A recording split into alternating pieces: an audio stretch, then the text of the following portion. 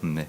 함께 살펴본 민수기 31장은 이제 요단을 건너가기 전 요단 건너편 모압 땅입니다. 이제 미디안의 5왕을 무찌르고 그리고 우리가 아는 이 발람의 아들 부올도 무찌른 상태에서 이제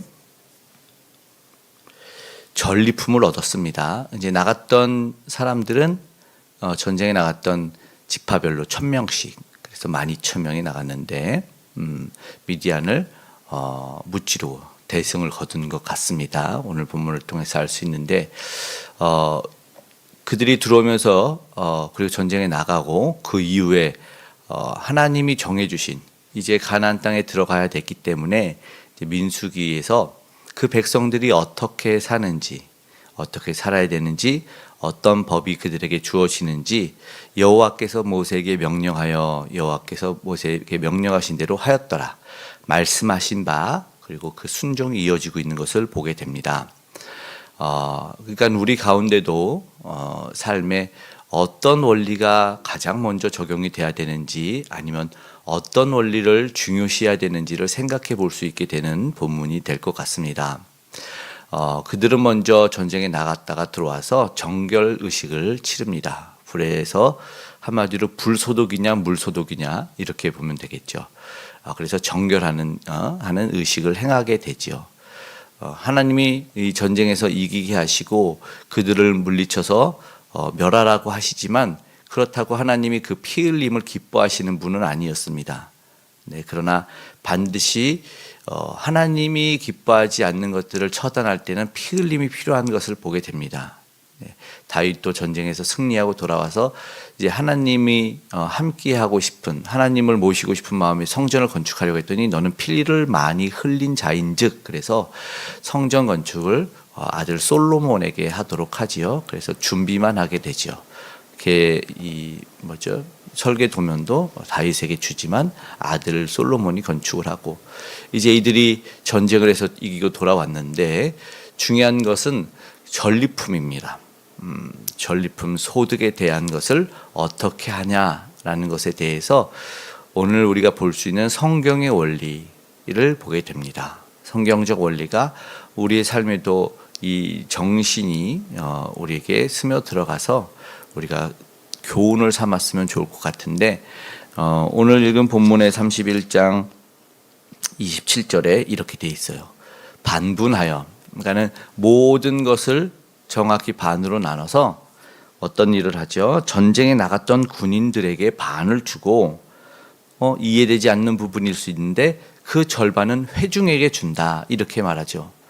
이게 일반적인 전쟁에 나가 싸우는 이 정복민 전쟁을 하는 이 제국들에 있어서는 이해되지 않을 수 있어요. 왜냐하면 당사자가 싸워서 열심히 얻은 물건인데 이거를 왜 전쟁에 나가지도 않은 왜 회중에게 왜 나눠갔냐 한마디로 이렇게 될 수도 있어요.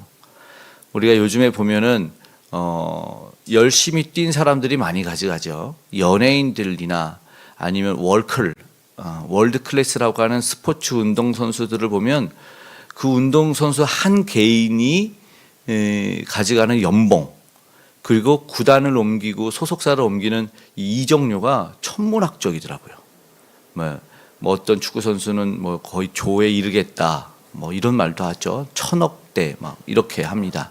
우리나라 선수도 월클 선수들을 보면 가히 연봉이 혼자 받는 게 우리 뭐 대한민국 그 스포츠의 구단과 맞먹을 정도로 엄청나죠.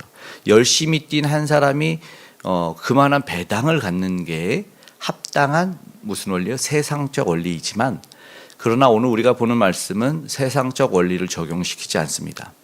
전쟁에 나가지 않았지만 회중이 갖는 것은 뭐냐면 바로 여기에 우리가 중요한 가장 먼저 기억할 회중과 나누는 것에서 운명 공동체와 생명 공동체를 생각하게 되는 거죠. 물론 전쟁의 대표들이 나가서 싸우지만 그들이 나가지 않았다고 해서 그들과 동떨어지고 남이 아니라는 것입니다. 전리품을 전쟁에 나갔던 사람들이 직접적으로 싸웠으니까 회중과의 차이는 많이 있어요. 더 갖는 건 맞죠. 그러니까 그 모든 것에서 50을 갖고 회중은 또 그 50을 갖게 됩니다. 이렇게 해서 성경적 원리가 먼저는 그 나간 자들에게 주어지고 그리고 또 그 나머지는 회중에게 주어져서 우리는 같은 공동체임을, 그리고 하나님이 명령하심으로 말미암아 너희는 세상적 기준이 아니라 하나님의 기준을 따르게 된다라는 이제 하나님의 말씀의 성경적 근거를 보게 되는 것입니다. 참여하지 않았어도 그리고 또 받는 사람이 있어요. 그들은 누구죠? 바로 레위인이었습니다. 일단 전쟁에 나갔던 사람들은 28절에 보니까 500분의 1을 여호와께 드리죠. 그럼 제사장이 받아요. 그리고 회중은 그 절반에서 어떻게 하냐면 50분의 1을 가져다가 레위인에게 줍니다. 그러니까 전쟁에 나갔던 군인들, 당사자들, 그리고 목숨 걸고 싼, 그리고 함께한 운명군대 최중, 그리고 또 레위인이 받죠. 그러면 레위인을 받는 이유에 대해서는 우리가 전쟁에 참여시켰던 바로 앞에 비느하스도 생각해 보죠. 이거를 이스라엘 전쟁에서 그냥 일반적인 세상 전투가 아닌 것을 보여주면서 이 비느하스가 성전 기물과 나팔을 가져갔던 것을 기억할 거예요. 성전 기물을 가져가서 전쟁에 참여시킴으로 말미암아 하나님이 개입하는 전쟁이다라는 것을 보게 되었고, 이제 하나님이 개입했을 때는 그 마침도 하나님의 원리에 따라야 되는 것이죠. 이것이 성경적 원리를 보게 됩니다. 그래서 그 레위인이 그 받은 것을 회중의 50분의 1을 가져가게 됩니다. 그들은 뭐였어요? 레위인까지는 같은 백성이기도 하지만 레위인은 전쟁에 나가고 싶어도 못 나가는 사람이었고, 중요한 것은 그들의 맡은 역량이, 이 임무가 영적인 부분이었다는 것이죠. 그들은 레위라는 자체가 연합과 연결이라는 것을 통해서, 이름의 뜻이 그랬잖아요. 하나님과 연결해 주는 역할들을 잘 했습니다.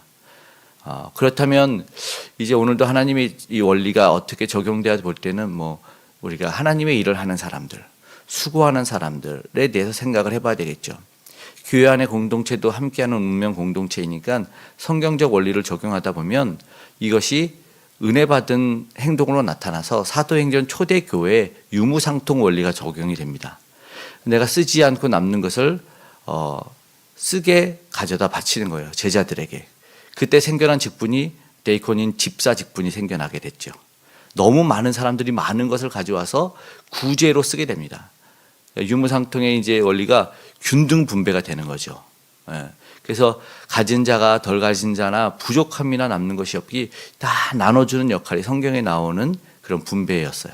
그래서 그 역할을 너무 많이 하다 보니까 이제 사도들은 이 집사라는 직분을 두어서 말씀과 기도에 우리는 전무할 테니 이 일을 감당하라 하게 되고, 그래서 모든 성도님들과 그 생명 공동체, 신앙 운명 공동체는 그 나눈 것을 나눠 갖는 원리, 유무상통의 원리가 적용이 되는 건데, 오늘도 그것이 하나님의 원리와 성경 원리라는 것을 보여주듯이 우리도 어떠한 부분에 있어서 헌신봉사도 함께 하고, 그리고 좋은 것 귀한 것도 나누게 되지 않습니까? 그런 모습을 볼 때 그냥 세상적 기준으로 그냥 함께 나눠서 좋다가 아니라 하나님의 마음 가운데 이 모든 것을 행하고 있는 이 공동체를 보게 되기 때문에 교회 공동체는 뭐가 있냐? 은혜가 있다는 것이죠. 우리도 그렇게 돼야 됩니다. 또 제사장은 만약에 이 하나님의 일을 맡은 사람이라고 친다면 그들도 역시 이 생계가 사실은 보장이 돼야 되는 게 맞습니다. 대한민국 한국 교회를 보면은 그것이 좀 안 되는 것 같다는 사실은 생각은 들어요. 부교육자 같은 경우 특별히 그런 경우가 많죠. 이제 교단에서도 이중직을 허락하지 않기 때문에 교단이 책임을 주느냐? 그렇지도 않는데 그러면 목회에 전념하고 영적인 일에 전념할 수 있어야 되면 그러면 나머지의 이 삶은 해줘야 되는데, 사실 국가에서 기준한 어떤 기초수급이나 차상위를 벗어나지 못하는 경우도 생각보다 많이 있다라는 것이죠. 저도 그 현장에서 이렇게 봤을 때 아직까지도 우리 한국교회는 조금 더 많이 기도하고 노력해야 될 것 같다 생각이 듭니다. 그래서 기독교 국가인 독일 같은 경우는 나라에서 개입을 해서 공무원으로 나라에서 월급을 주게 되는 것도 아마 그런 일들을 보호하기 위해서 하지 않았을까 생각이 돼요. 그런데 단점이 발생하죠. 나라에서 월급을 주면 그들이 영적인 일을 등한히 하고 소홀히 하더라도 월급은 나온다. 한마디로 그거는 단점이다라고 보게 됩니다. 교육자, 목회자, 영적인 감당하는 사람들, 특별히 레인 같은 사람도 그랬을 겁니다. 열심히 하나님에게 제사를 정성껏 드리는 일을 하고, 지금 교육자나 목회자들은 역시 열심히 기도하고 성도들의 영적인 부분을 채워주는 역할을 해야 될 것입니다. 그것이 성경적 원리로 돼야 됩니다. 그러면 이렇게 사람들이 다 가졌습니까? 그렇게 끝난 게 아니라 사실은 하나님에게 드림이 나타나죠. 제사장의 드림은 하나님에게 드리고 거제로 드립니다. 이것은 그것을 다 태운 것이 아니라 쓸만한 물건을 하나님께 먼저 의미 있게 올려드리고, 들었다 내려놓는 게 거제니까 거제로 드리고 그 다음에는 이 맡은 사람들이 사용을 하게 되는 거예요. 이렇게 하고 나서 이것이 하나님이 개입해서 받았고 누렸고 나눈 공동체가 되었다는 것을 알았기 때문에 또 다른 하나의 은혜의 적용이 있는데, 그것은 뭐냐면 금, 은, 폐물을 또 하나님에게 드렸어요. 이게 전쟁에 나갔던 사람들이었어요. 어쩌면 금이라고 하는 것은 금 폐물들은 재물보다 조금 더 가치 있고 간단히 소유할 수 있기 때문에 굳이 꺼내놓지 않아도 되는데 그들이 꺼내놓았다는 것을 보게 됩니다. 모든 명령대로 47절에 순종하고, 이제 49절의 말씀을 한번 읽어보겠습니다. 이유가 있습니다. 49절, 모세에게 말하되 당신의 종들이 이끈 군인을 계수한즉 우리 중 한 사람도 충나지 아니하였기로. 아멘. 놀라운 일이죠. 한 사람도 충나지 않았대요. 전쟁에 나갔는데 이러한 일이 불가능인데 어떻게 이런 일이 있을 수 있냐? 전쟁에 나갔던 사람들은 고백할 수밖에 없는 거예요. 야, 이건 하나님이 아니면 우리가 승리하지 못한다. 얼마 전에 고속도로, 경부고속도로 이제 개통 50년에서 명단이 있고, 예전에 저도 어렸을 적에 추평령에 가면 이제 기념비가 있고 이 공사 개요들이 있는데, 어릴 적에 이런 생각이 들었어요. 도로를 건설하는 게 뭐가 했을까? 힘들었을까? 왜냐하면 거기에 건설 중 사망자 77명이라는 걸 봤었거든요. 도로 포장하는데 그렇게 죽는 일이 있을까? 생각을 했었어요. 근데 사실 그게 토목공사이기 때문에 굉장히 어려운 작업이고, 철근, 콘크리트 엄청난 작업에 그런 사고와 안전사고가 발생을 하게 된대요. 건축의 현장에는. 77명이면 적지 않은 거라고 생각도 했긴 했는데, 길 가는 거라는 일에 어렸을 때는 뭐 이런 사망자가 발생하냐 하는데, 오늘 보니까 이거는 죽이고 살리는 전쟁에서는 한 명도 어떻게 이럴 수가 있지? 이제 그들이 고백을 하는 거예요. 이건 하나님이 도와주셨다. 그래서 우리가 이들이 속죄하려고 가져왔다고 이걸 다 드리게 됩니다. 그 세겔 수를 보니까 52절에 드린 16,750세겔은 190kg 정도가 되거든요. 이거를 하나님 앞에 드리게 됩니다. 그리고 이거를 기념으로 삼는다 해서 오늘 본문 읽은 마지막은 마치게 됩니다. 이것이 바로 성경대로 하는 원리라는 것이죠. 우리는 어떻게 할 수 있습니까? 내게 주신 운명 공동체를 생각하고 돌아보며 나누고 분배해서 그것을 흘러가게 하는 역할과, 그리고 하나님께 감사로 고백할 수 있는 공동체가 된다는 것입니다.